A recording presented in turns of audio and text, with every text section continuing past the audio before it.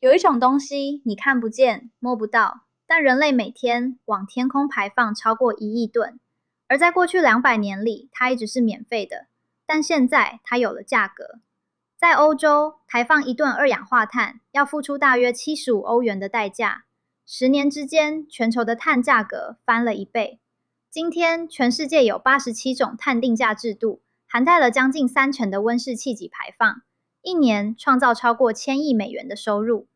一顿看不见的空气变成了一个可以买卖、可以课税，甚至可以投资的资产。人类免费排放的时代已经结束了。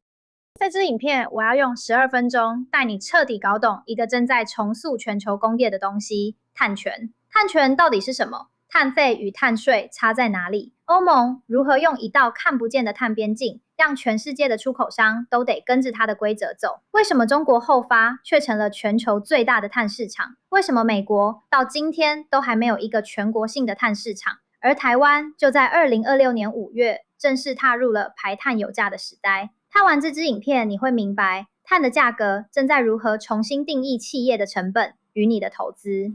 我们先把名词讲清楚，碳权最基本的单位是排放1公吨二氧化碳当量的权利，一单位就代表1吨。但你可能也听过碳费、碳税、碳交易这几个词，经常被混在一起，其实它们不一样。第一种是碳税，或台湾用的碳费，做法很直接，政府定一个价格，你排几吨就论吨缴钱，价格是固定的，由政府决定。第二种是总量管制与交易，政府不直接定价格，而是定一个排放的总量上限，再把这个总量切成一张一张的排放额度。企业排得少，额度有剩可以卖掉，排得多，额度不够就得去买，价格由市场的供需决定。这些可以买卖的额度就是狭义的碳权。而碳权的世界又分成2个市场，一个是强制性市场，政府规定你一定要遵守；另一个是自愿性市场，企业为了形象或近邻承诺，自愿掏钱买碳权来抵消自己的排放。搞懂这个区别，后面的故事才看得懂。那么碳为什么要有价格？想象一座工厂，它把废气排到空中，不用付任何代价，但这些废气造成的后果，极端气候、干旱、洪水、农作物欠收，这笔账却是由全社会甚至下一代来付。经济学上，这叫做外部成本。排放的人享受了好处，代价却丢给了别人。碳定价要做的事只有一件，把这张被丢出去的隐形账单贴回到排放者自己身上。当排放开始要花钱，减碳就从一句道德口号变成一个财务决策。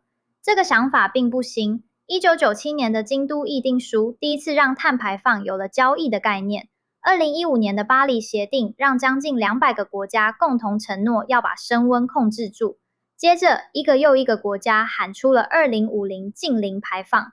而要达成净零，光靠呼吁没有用，最有效的工具就是给碳标上一个价格。于是，全球的碳定价时代正式展开。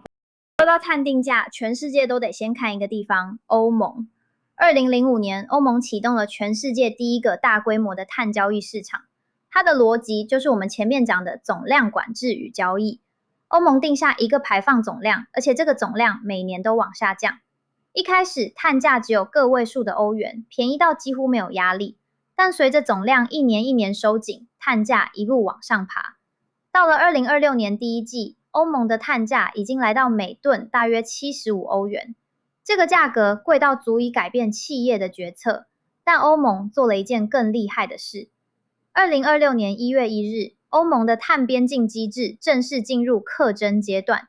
它的意思是，任何进口到欧盟的钢铁、水泥、锰、肥料，只要在生产的过程中排放了碳，就得依照欧盟的碳价补缴一笔差额。换句话说，就算你的工厂在亚洲、在台湾，只要你想把产品卖进欧洲，你就得照欧盟的碳价算钱。这就是为什么全世界都得看欧盟脸色。欧盟用它庞大的市场规模，把自己的碳价变成了一个全球都得遵守的标准。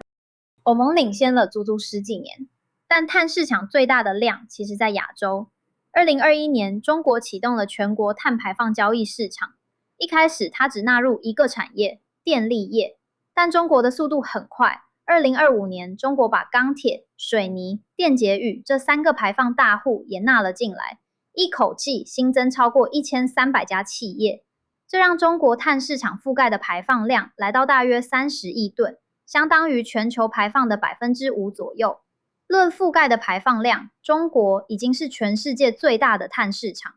但这里有一个关键的对比，欧盟的碳价是每吨75欧元，而中国的碳价长期只有每吨大约14美元，规模很大，价格却很低。这几乎就是整个亚洲碳市场的缩影。南韩有自己的碳交易制度，日本推动绿色转型，连印度也在2026年启动了自己的碳信用交易制度。整个亚洲都在加紧脚步补上这堂碳定价的课。接下来是一个你可能会意外的事实，美国全世界最大的经济体，排碳量长期高居世界前段，却没有一个全国性的碳市场。为什么？答案是2个字：政治。在美国，气候政策长期卡在民主党与共和党的对立之间，任何一个全国性的碳定价法案都很难在国会通过，所以美国的碳市场是拼贴出来的。在西岸，加州自己搞了一套碳交易制度，它运作多年，碳价大约在每吨30美元，而且在2025年，加州把这套制度延长到了2045年。在东北，11个州组成了一个区域型的碳市场，不过它只管电力业。至于联邦政府，则选了一条完全不同的路。拜登时代通过的通膨削减法案没有对碳课税，而是用补贴砸大钱，让干净能源变便宜。一边是棒子，处罚排放，一边是胡萝卜，奖励减碳。红州、蓝州的分裂，让美国成了主要经济体里碳定价最破碎的一个。最后，我们把镜头转回台湾。台湾的碳定价起步算晚，但2026年是一个关键的转折点。故事要从2023年说起。那一年，台湾修正通过了气候变迁因应法，把2050净零排放正式写进了法律，并且授权政府开征碳费。注意，台湾用的是碳费，也就是政府直接定价论吨收钱的模式。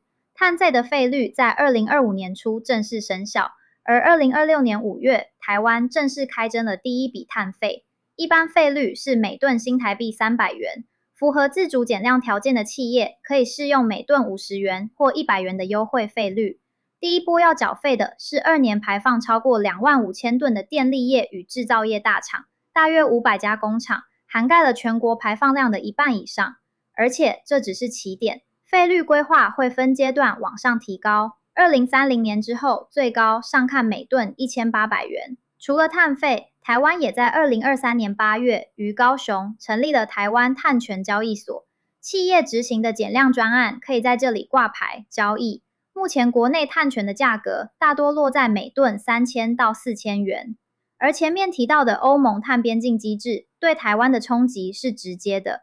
台湾的钢铁、螺丝、扣件业大量外销欧洲，碳成本第一次真实的写进了台湾中小企业的报价单。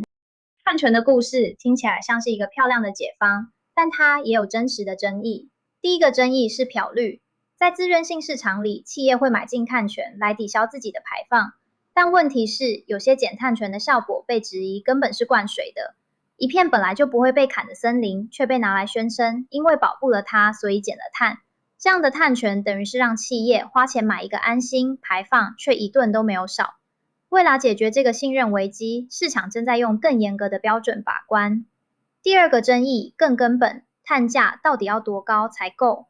目前全球的平均碳价大约只有每吨21美元，但多数研究都认为这个价格远远不足以达成巴黎协定的目标。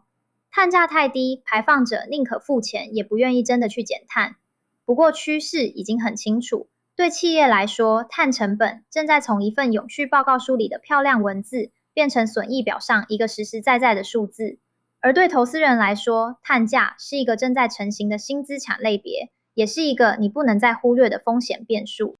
我们回到最开始的那个画面，一吨看不见的二氧化碳，它曾经是免费的，是被工业文明忽略了整整200年的成本，而现在它有了价格，有了市场，有了一整套横跨欧盟、中国、美国、台湾的制度。碳权不是一句环保口号，它是一个正在重新定价整个工业世界的机制。谁先看懂碳的价格，谁就先看懂了下一个10年的成本结构与投资机会。而这个系列还没有结束，下一集我们要从投资人的角度重新看待碳到底要怎么投资。如果这支影片对你有帮助，记得按赞、订阅，把它分享给关心财经的朋友。